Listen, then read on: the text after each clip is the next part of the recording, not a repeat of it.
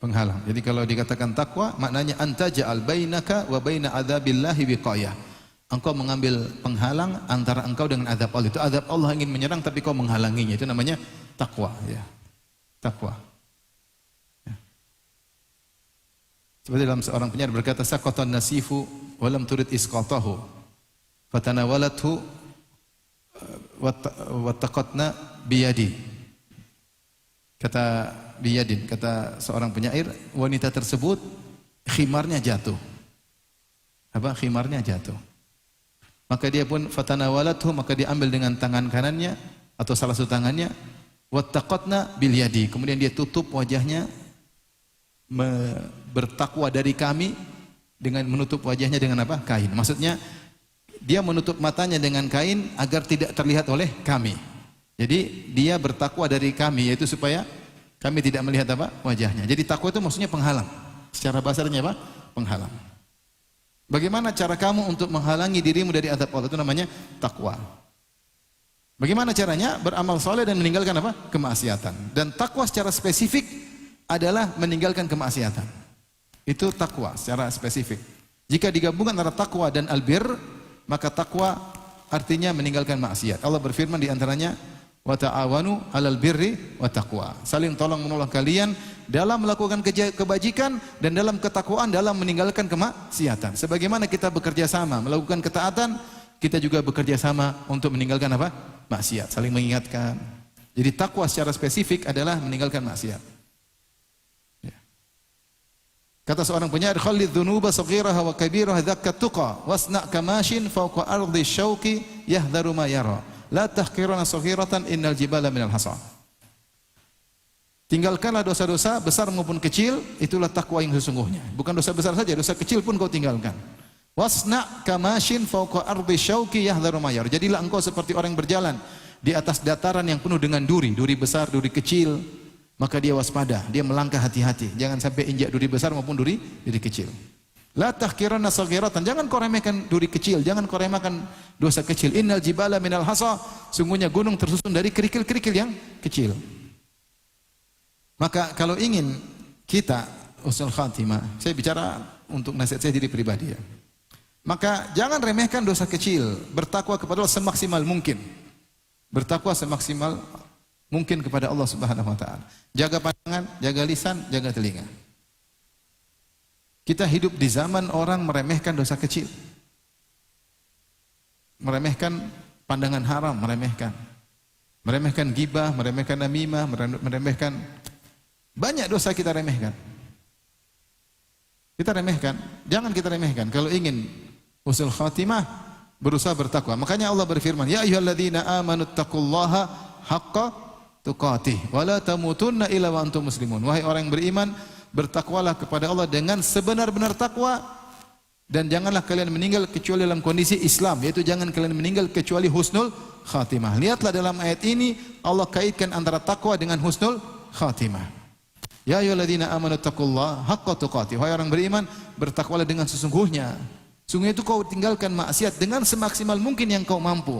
Kalau kau tidak mampu, segera beristighfar.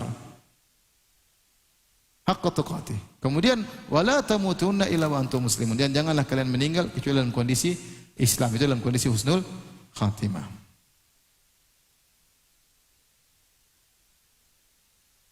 Jadi ini yang perlu kita perhatikan, bertakwa kepada Allah Subhanahu wa taala. Terutama ketika dalam kondisi nyaman, dalam kondisi sehat. Ini nasihat dari Ibnu Katsir. Ibnu Katsir berkata tentang ayat ini, beliau berkata, "Hafizu 'alal islami fi hali sihhatikum wa salamatikum litamutu alaihi." Jagalah Islam kalian dalam kondisi kalian sedang sehat dan dalam kondisi sedang selamat. Supaya apa? Supaya kalian meninggal di atas Islam. Wala tamutunna illa wa antum muslimun. Jadi dia menafsirkan ayat ini. Ya ayyuhalladzina amanu taqullaha haqqa tuqatih wa la tamutunna illa wa antum muslimun. Wahai orang beriman, bertakwalah sungguhnya dan jangan meninggal kecuali dalam kondisi Islam. Maksudnya apa? Ketika kalian masih sehat, masih selamat, ya, fisik masih bisa beraktivitas, maka jagalah Islam kalian. Agar kalian meninggal di atas Islam tersebut. Sebagaimana kalian ketika nyaman, ketika sehat, kalian selalu menjaga Islam kalian. Kenapa? Fa innal karima qad ajra adathu bi karamihi annahu man 'asha 'ala syai' mata 'alaihi. Karena Allah yang maha baik atau yang maha mulia telah menjalankan sunnatullahnya, yaitu tradisinya dan aturannya. Siapa yang biasa hidup dengan di atas sesuatu gaya hidup, suatu style kehidupan, maka dia akan meninggal dengan gaya tersebut, dengan kebiasaannya. Wa man mata 'ala syai'in bu'itsa 'alaihi, dan siapa yang meninggal dalam suatu kebiasaan yang baik, dia akan dibangkitkan di atas kebiasaannya tersebut.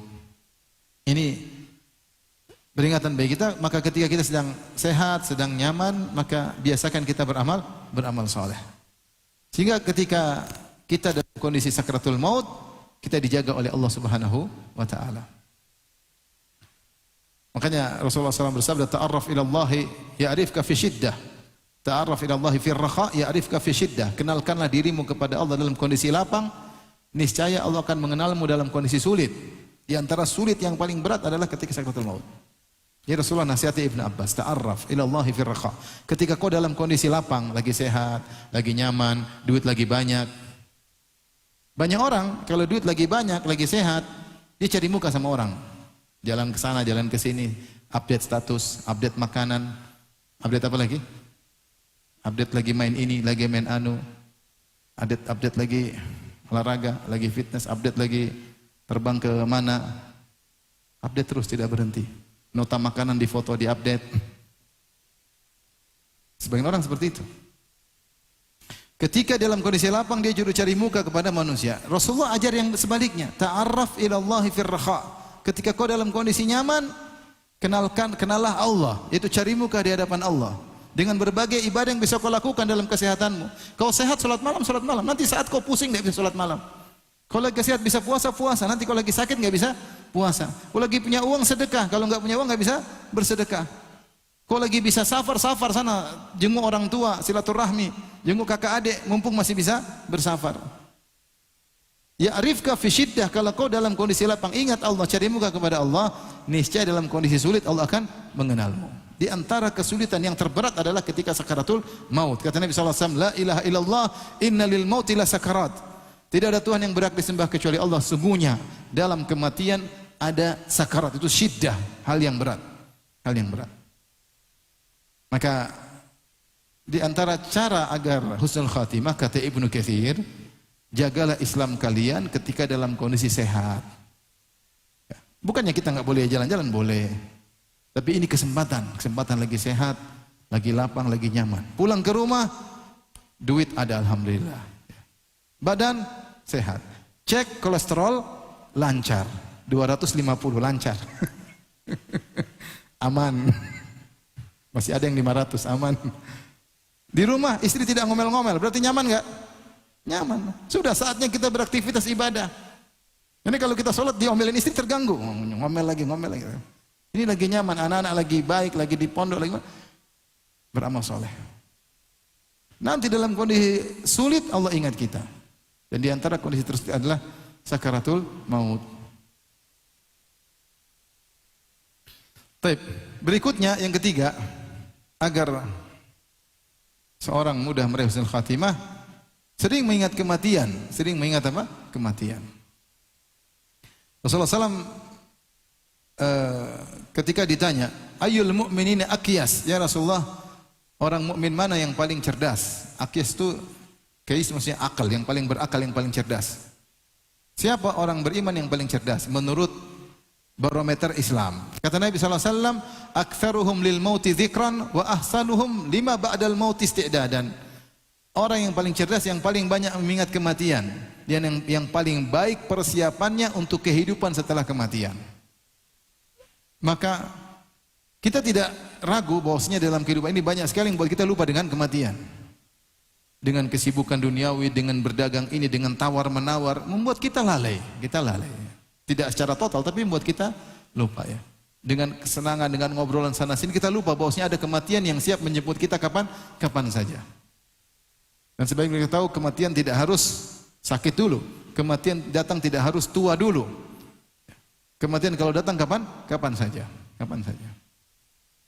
dan menganggap badan saya sehat, saya bakalan belum saatnya mati. Banyak orang yang meninggal di puncak secara medis, di puncak sehat.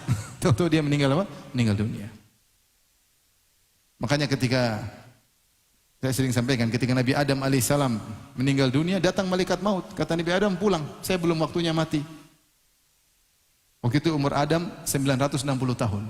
Kata Adam, umur saya 1000 tahun, pulang. Jadi bukan Nabi Adam sedang sekarat mati, enggak, datang malaikat, dia dalam kondisi sehat. Makanya malaikat maut diusir sama dia, belum saatnya. Kata malaikat maut, sudah saatnya wahai Adam. Kata Adam, umur saya 1000 tahun. Kata malaikat maut, kau sudah sedekahkan 40 tahun kepada Nabi Daud. Kata Adam, enggak pernah. Adam lupa ya. Jadi ketika Adam diciptakan, Allah perlihatkan anak keturunannya, ada Nabi Daud. Kata Adam, siapa ini? Kok menarik? Ini Daud, cucumu. Berapa umurnya? Kata Allah, umurnya 60 tahun. Kata Adam, sudah kasih 40 tahun saya buat dia. Jadi 1000 kurang 40 jadi berapa? Berapa? Antum orang teknik, benar bisa tahu? 960. 40 dikasih jadi tinggal 160.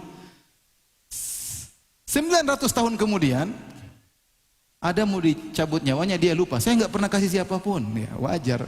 Ini kejadian 900 tahun yang lalu. Kita 10 tahun lalu sudah lupa. Apalagi 19 tahun yang lalu. Akhirnya Nabi berkata, nasiya Adam wa nasiya dzurriyyatuhu. Adam alaihissalam lupa dan keturunannya juga apa? Lupa. Nabi Daud ketika usia 100. Jadi Adam sehat, bukan dalam kondisi sekarat, kemudian mau kolesterol tinggi, jantung mau copot, enggak, dia biasa-biasa aja. Nabi Daud alaihissalam ketika akan meninggal dunia juga dalam kondisi sehat. Tiba-tiba datang malaikat maut di tengah rumahnya, istrinya takut. Siapa ini? Istrinya bahkan ngancam, wahai kau masuk sini, kalau Daud datang awas mampus kau, karena Daud orangnya kuat.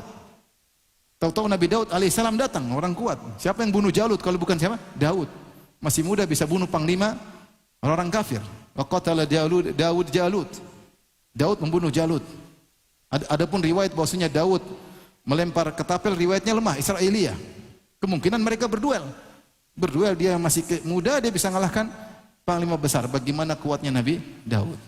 Makanya istri yang ngancam, siapa kau? Hati-hati kalau Daud datang. Ternyata Nabi Daud alaihissalam datang. Nabi Daud bertanya, man anta, siapa engkau? Kata malaikat maut, ana alladzi la ahabul muluk. Aku adalah yang tidak pernah takut kepada raja manapun. Wala yamtani'u minnil hujjabu, dan tidak ada bodyguard yang bisa menghalangiku. Kata Nabi Daud, kalau gitu anta malakul maut. Kalau gitu kau malaikat apa? Malaikat maut. Silakan cabut nyawaku. Selesai. Apakah Nabi Daud ketika mencabut nyawa kolesterol tinggi?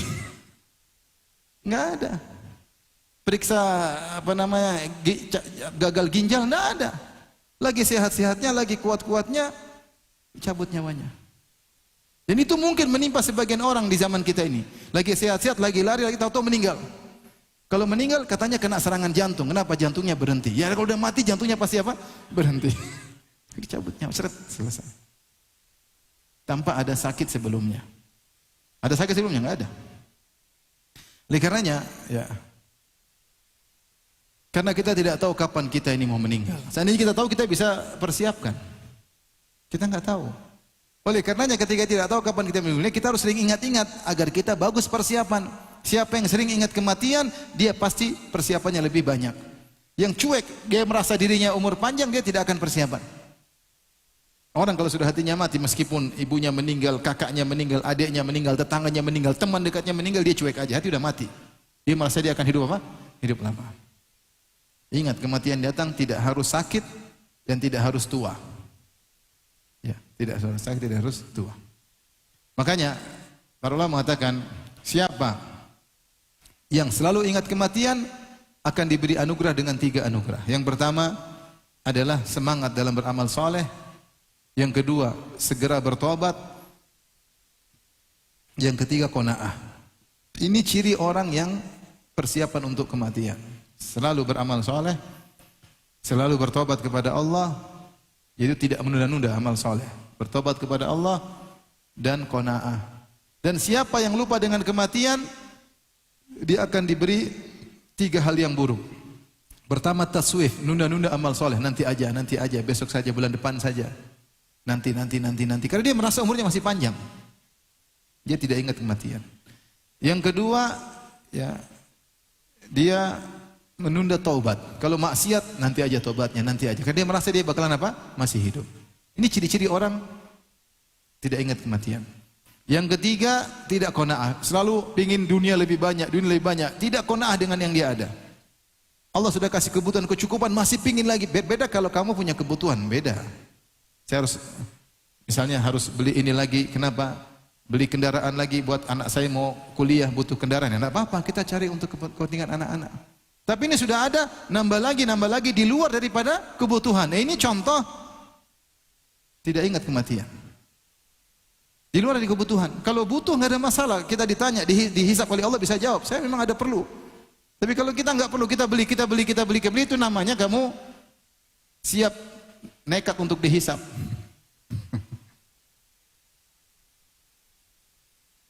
Kemarin saya nyinggung kawan, ada kawan mau minjamin mobil mewah. Saya singgung dia, saya bilang, saya nggak berani pinjam. Saya pinjam aja takut dihisap. Apalagi yang punya. Maksudnya dia pinjamin ke saya supaya meringankan hisapnya. Saya bilang, saya pinjam aja takut dihisap. Apalagi yang punya. Jadi maksud saya, kalau sering kematian kita hidup ini pasti ada target. Saya ada target. Saya harus umrah, saya harus haji, saya harus belajar ini, saya harus meninggalkan maksiat, saya harus keluar dari riba misalnya. Ada target. Karena kita nggak tahu kapan kita akan meninggal dunia. Kita nih betapa banyak ulama yang meninggal sebelum proyek akhirat mereka selesai. Banyak ulama nulis buku belum selesai mereka meninggal, banyak. Belum selesai mereka meninggal. Bahkan seperti misalnya, sebenarnya Nawawi nulis buku tidak selesai. Al-Majmu' Syarh Muhadzab tidak selesai meninggal dunia. Contoh seperti Al-Hakim ketika menulis Al-Mustadrak, ulama mengatakan banyak hadis-hadis yang belum dia koreksi lagi keburu meninggal. Jadi dia tulisan kasaran, melalui dia periksa sedikit demi sedikit, diperbaiki. Sebelum selesai meriksa dia meninggal dunia. Makanya dalam bukunya masih banyak hadis-hadis dhaif, bahkan hadis palsu dalam kitab Al-Mustadrak. Sedikit, tapi ada hadis-hadis dhaif banyak. Dia belum sempat periksa kembali, keburu meninggal dunia. Sebaliknya banyak orang yang proyek dunia belum selesai, sudah meninggal dunia. Bikin rumah gede-gede, ditongkrongi 20 tahun bangunnya, belum terima kunci sudah meninggal dunia. Subhanallah. Belum selesai proyek dunianya, sudah meninggal dunia. Yang nikmati orang lain. Nah, kita dalam hidup dunia ini harus punya proyek akhirat yang kita targetkan. Karena bisa jadi belum selesai kita sudah meninggal dunia. Apa yang bisa dilakukan? Jadi sering ingat kematian.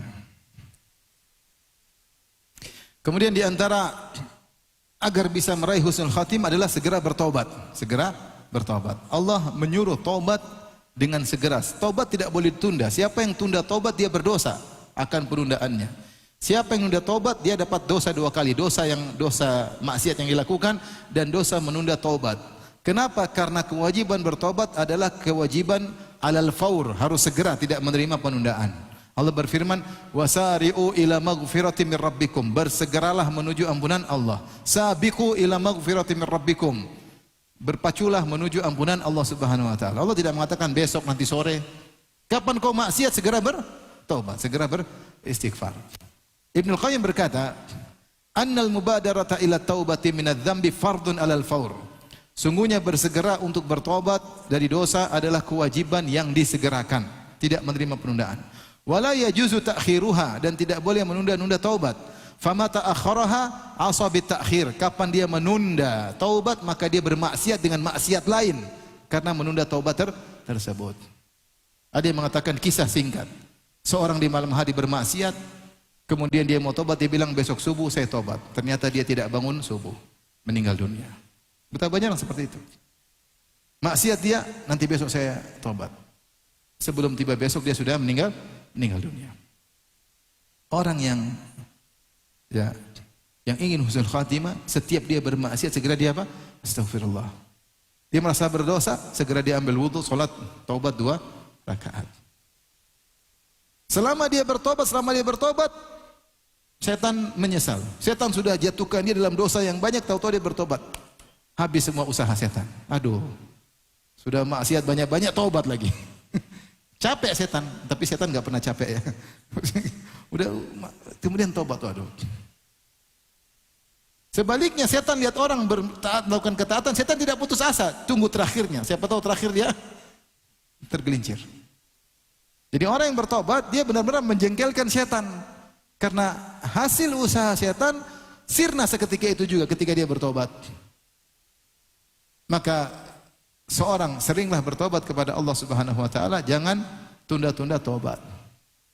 Sebagian orang kerja dalam riba, dia bilang nanti umur 53 baru saya tobat. Maksudnya ketika pensiun, ya itu sama saja kalau begitu. Dia mau kasih jadwal buat tobat dia. Belum tiba jadwalnya dia tewas di luar. Belum tiba jadwalnya tewas di luar. Banyak orang seperti itu. Nantilah, saya masih hobi minum khamar, nanti ada waktunya. Kau kasih jadwal tobatmu, apa kau tahu kau akan sampai pada jadwal tersebut? Belum tentu sampai. Kau bisa meninggal sebelumnya. Kau bisa meninggal sebelumnya. Maka kapan seorang bermaksiat, segera istighfar. Tapi sekarang yang keberapa? Yang kelima.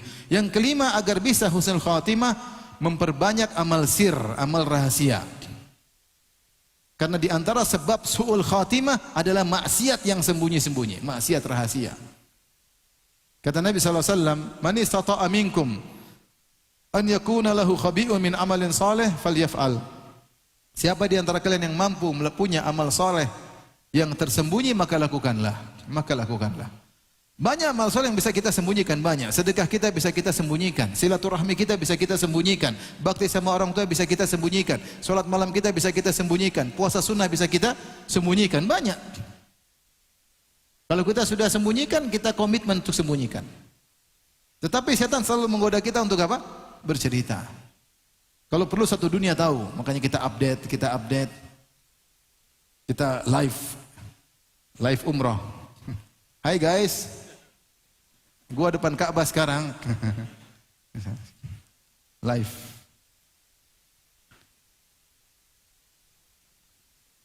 Di antara hal yang memudahkan untuk husnul khatimah adalah menyembunyikan amal saleh. Sebaliknya, yang punya amal maksiat yang tersembunyi, maka itu bisa menjerumuskan dalam su'ul khatimah. Makanya Rasulullah SAW bersabda, "Inna ahadakum la ya'malu bi amali ahlil jannah hatta ma yakunu bainahu wa bainaha illa dhira'. Fa yasbiqu 'alaihi al-kitab fa ya'malu bi amali ahlin nar fa yadkhuluha." Sungguh salah seorang dari kalian melakukan amalan-amalan penghuni surga, yaitu melakukan amal saleh, sampai jarak dia dengan surga tinggal satu hasta. Kemudian sudah kedahuluan takdir, maka dia di penghujung hayatnya melakukan dosa-dosa yang dilakukan oleh penghuni neraka jahanam, kemudian dia mati, kemudian masuk neraka jahanam. Sebagian orang bingung dengan hadis ini. Hadis ini ditafsirkan dengan hadis yang lain. Inna ahadakum la ya'malu bi amali ahlil jannah fima yabdu linnas wa huwa min ahlin nar. Kata Nabi SAW, sungguh salah seorang dari kalian melakukan amalan-amalan penghuni surga menurut yang dilihat oleh manusia. Sungguhnya dia penghuni neraka jahanam. Maksudnya ada amalan dia yang tidak diketahui oleh manusia. Adalah dasisah batinah, kata Ibn Rajab Al-Hambali. Ada racun dalam dirinya yang tersembunyi, yang buat dia akhirnya ujungnya su'ul khatimah. Saya bacakan perkataan Ibn Rajab Al-Hambali. Qaulu fima yabdulin nas. Adapun sabda Nabi SAW, seorang melakukan amalan penghuni surga yang menurut dilihat oleh manusia. Isyaratun ila anna batinal amri yakunu bi khilafi dzalik. Sebagai isyarat bahwasanya batinnya tidak sebagaimana yang terlihat. Wa anna khatimatas su' yakunu bisababi dasisatin batinatin lil abdi la yattailu 'alaiha an-nas. Sungguhnya su'ul khatimah sebabnya adalah karena dasisah. Itu ada suatu amalan yang buruk, yang tersembunyi, yang dilakukan oleh sang hamba, orang lain tidak lihat. Imma min jihati amalin sayyi'in wa nahwi dzalik. Mungkin ada amalnya buruk atau yang semisalnya. Orang lihat dia mungkin seakan-akan dia penghuni surga, ternyata mungkin dia hasad, ternyata mungkin dia dengki, ternyata mungkin dia sombong, ternyata mungkin dia apa? Riya, ternyata dia merendahkan orang lain. Ini semua dasisah, racun dalam dada yang buat seorang bisa terjerumus di akhir hayat masuk su'ul khatimah.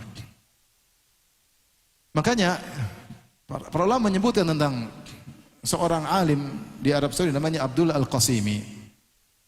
Yang disebutkan dia meninggal dalam kondisi buruk ya.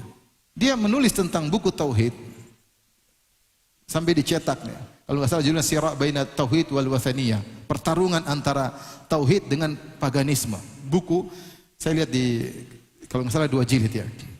Itu buku bantah kesyirikan luar biasa. Sampai ketika itu banyak orang menulis syair. Menulis apa? Syair untuk memujinya. Engkau begini, engkau begini, engkau begini. Para ulama muji dia. Ada yang mengatakan mungkin dia ujub. Karena dia menulis suatu buku yang tidak pernah ditulis oleh ulama-ulama di zamannya. Sampai orang aku karena dia benar-benar bantah kesyirikan, bantah ya. Subhanallah. Terakhir dia safar kemana, mulai dia merubah penampilannya, akhirnya dia tulis buku, terakhir judulnya Hadihi Hiyal Aglal. Sungguhnya syariat itu hanyalah belenggu. Syariat itu hanyalah apa? Belenggu. Yang dengan buku ini sebenarnya orang mengatakan dia telah kafir. Kenapa dia menganggap syariat sebagai apa? Belenggu. Yang tadinya luar biasa. Sama seperti Bal'am bin Ba'ur yang tadi disebutkan. Ulama dari Bani Israel, bahkan mujabud dakwah, bahkan doanya dikabulkan. Ya, tetapi terakhir karena dia cenderung kepada dunia, fa akhlada ilal ard, ya. Walau syi'na rafa'nahu biha walakinnahu akhlada ilal ard. Kalau kami berkehendak kami akan angkat dia dengan ilmu Tauratnya, dengan ayat-ayat kami, walakinnahu akhlada ilal ard. Tapi dia condong kepada dunia. Wattaba hawahu, dan ikut hawa nafsunya. Maka kemudian dia su'ul khatimah. Makanya agar kita bisa dapat husnul khatimah, berusaha kita punya amal soleh yang tersembunyi. Meskipun syaitan datang menggelitiki, jangan kita cerita. Yang kita cerita. Berusaha. Semakin kita menyembunyikan, maka pahalanya semakin besar. Semakin besar. Saya sering sampaikan cerita ini apa? Ibnul Jauzi dalam kitabnya Talbis Iblis menyebutkan bagaimana orang yang riya. Ketika diundang makan, misalnya hari Senin, dia sedang puasa. Harusnya dia bilang, mohon maaf, saya sedang puasa. Oke, biasa. Makan, aduh, mohon maaf, saya sedang puasa. Ini jawaban normatif. Tapi jawabnya nggak gitu. Dia bilang, hari apa ini ayo? Hari apa ini? Hari Senin. Kalau hari Senin gimana? Oh iya, lupa. Jadi dia ingin mengesankan kebiasaan saya adalah setiap Senin Kemis selalu berpuasa. Ini parah seperti ini. Parah. Kata Ibnu Jauzi, ini contoh orang. Seharusnya dijawab sederhana aja. Maaf, saya lagi puasa. Apa puasa apa? Puasa Syawal tahu? Puasa qadha. Ini saya lagi puasa ya. Tapi dia ingin mengesankan inilah kebiasaan dia, maka dia ingin menunjukkan dengan cara dia. Ketika ditanya makan, kata dia, hari apa ini? Hari apa ya? Oh iya, hari Senin. Nah, kalau hari Senin apa? Oh iya. Jadi orang yang mendengar terkesan dia selalu. Ini berarti dia menunjukkan amal soleh yang dia sembunyikan. Kalau dia berkata saya sedang puasa, belum tentu orang tahu dia tiap hari apa? Puasa. Tapi kalau dia bilang ini hari apa? Berarti dia selalu berpuasa. Itu namanya menunjukkan amal soleh. Antum hati-hati. Setan punya banyak cara untuk antum pamer amal soleh antum. Banyak sekali caranya. Banyak sekali caranya. Baik, jadi agar bisa meraih husnul khatimah, sering-seringlah menyembunyikan amal soleh.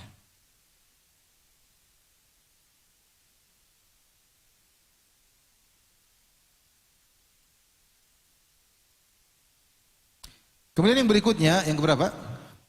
6. Agar tidak su'ul khatimah, berusaha semaksimal mungkin tidak mendolimi orang lain.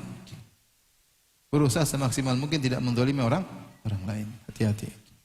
Kita zalimi orang lain, dia berdoa, ya Allah sesatkanlah dia, ya Allah binasakanlah dia. Kemudian Allah kabulkan, maka orang itu tergiring sampai kemudian rusak di akhir hayatnya. Jangan pernah meremehkan apa? Kezaliman.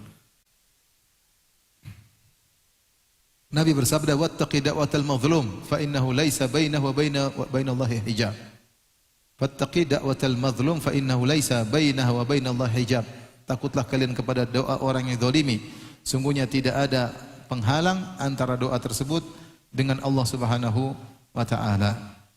Rasulullah SAW bersabda, "Ma min dzambin ajdaru an yu'ajjilallahu ta'ala li sahibil uqubata fid dunya ma ma yadakhiru lahu fil akhirah mithlul baghi wa qati'atir rahim." Tidak ada dosa yang paling layak untuk Allah segerakan hukumannya di dunia beserta dengan hukuman yang Allah sisakan di akhirat, seperti dosa al-baghyu, itu menzalimi orang lain, wa qati'atir rahim, dan berbuat memutuskan silaturahmi. Maka seorang jangan sampai dia berbuat zalim kepada orang. Kalau dia berbuat zalim kepada orang lain, maka segera dia minta maaf sebisa mungkin. Segera dia minta maaf sebisa mungkin. Saya sering cerita juga kisah ini. Saya kenal seseorang, kejadian sekitar tahun 2000 kalau nggak salah. Jadi ribut. Kemudian ada ribut di pengajian ya. Ada ingin membubarkan pengajian. Kemudian teman saya diginikan sama orang itu. Mau dipukul. Tapi teman saya dia tidak lawan. Setahu saya dia juga jago karate, tapi dia tidak lawan. Mau dipukul. Dipukul, akhirnya tidak jadi. Subhanallah. 20 tahun kemudian, kalau nggak salah, setelah Covid atau menjelang Covid, saya agak lupa. Ini orang yang pernah ginikan kawan saya. Dia menyesal, dia cari kawan saya tersebut. Dia cari setelah 20 tahun. Dia cari kemudian minta maaf, dia masih ingat. Antum kira antum zalimi orang, antum lupakan gitu saja. Teman saya pun tidak lupa. Iya, kau dulu yang begini 20 tahun dia masih ingat. Kadang kita zalimi orang kita lupa, orang yang dizalimi tidak lupa. Maka dia pun minta maaf. Setelah itu dia meninggal dunia. Setelah dia meninggal dunia. Alhamdulillah Allah berikan dia taufik untuk minta maaf dari kezaliman yang dia lakukan. Hati-hati kalau orang marah kemudian dia doakan keburukan, kita bisa terkena keburukan. Bisa terkena keburukan. Ada juga seorang, saya diceritain oleh istri saya. Ini kisah, jadi ada seorang, taruhlah dia seorang penuntut ilmu atau seorang pendakwah. Dia nikah poligami. Bukan saya, bukan. Istri saya cerita sama saya. Setelah itu, istri keduanya dizalimi. Mungkin kurang didatangi, saya kurang tahu lah. Saya tidak tanya jelas tapi akhirnya istrinya bilang sama istri saya berdoa kepada Allah agar orang ini tidak diterima dimanapun dia berada. Subhanallah. Sini dimusuhin, ke sana diusir, ke sana di ini, ke sana. Ngeri. Maka jangan berbuat zalim. Bahkan kepada orang terdekatmu jangan kau zalimi. Justru orang terdekat, orang yang paling utama untuk kita baikin, bukan kita zalimi. Kalau orang yang dizalimi tadi ngangkat tangan mendoakan keburukan pada kita, kita bisa mendapatkan su'ul khatimah. Waliyadzubillah. Baik. Yang terakhir yang mungkin bisa sampaikan bersama ini agar mudah untuk meraih husnul khatimah adalah mudah berbuat baik kepada orang lain. Dalam hidup ini kita berusaha mencari pahala dari sisi manapun yang mungkin kita lakukan. Dari sisi, saya ingatkan, kadang kita fokus pahala ke masjid, kadang kita fokus pahala untuk nyumbang masjid, kadang kita fokus pahala untuk baca Quran. Sungguhnya kita cari pahala dari sisi manapun yang bisa kita lakukan. Ketemu istri, bagaimana saya bisa dapat pahala dengan bermuamalah dengan istri? Pikir. Bermuamalah dengan anak, bagaimana saya bisa dapat pahala dengan bermuamalah dengan apa? Anak. Saya baikin, saya dengar curhatannya, saya berusaha menasehatinya, saya tidak cuek asal-asalan berbicara dengan dia karena saya ingin cari pahala dengan ngobrol dengan anak saya. Saya sisihkan waktu, saya ngobrol misalnya. Bagaimana saya bisa dapat pahala berinteraksi dengan pembantu? Pembantu bagaimana? Tidak saya rendahkan, saya tidak mentang-mentangin dia, saya tidak pembantu ada batasnya, tidak boleh berlebihan. Bagaimana saya cari pahala dengan kawan, teman ngobrol? Jadi bagaimana saya cari pahala di tetangga saya? Ini tetangga saya ini kesempatan saya dapat pahala. Karena Rasulullah berwasiat untuk berbuat baik sama tetangga. Ya, bikin kue, kirim kue sama tetangga dan macam-macam. Jadi jangan batasi kebaikan pada cuma ke masjid, cuma baca Quran, cuma sedekah buat bangun masjid. Siapapun di sekitar kita, kalau kita bisa ambil pahala dari orang ini, lakukanlah. Ketemu orang di jalan, ada orang tanya jalan mana? Oh ya Pak, ini cari pahala, niatkan. Sebelah situ.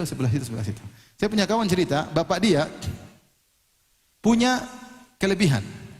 Kalau ada orang tanya tentang rumah seseorang, Pak, tahu nggak rumah seseorang? Sini, saya anterin. Dianterin. Setiap orang tanya, dia anterin. Dia tidak tanggung-tanggung kalau ingin menunjukkan rumah seseorang. Cari pahala itu kan dapat pahala atau tidak? Dapat pahala ya akhi. Dapat pahala. Ada kawan saya pun demikian. Dia ada ibu-ibu bingung cari jalan, dia keluar dari pagar, terus dia tunjukkan, "Bu, lewat sana, lewat sana, lewat sana, lewat sana." Istrinya lihat dari dalam, kunci pintu, nggak boleh masuk. Cemburu. Dia niat baik, cuma salah cara.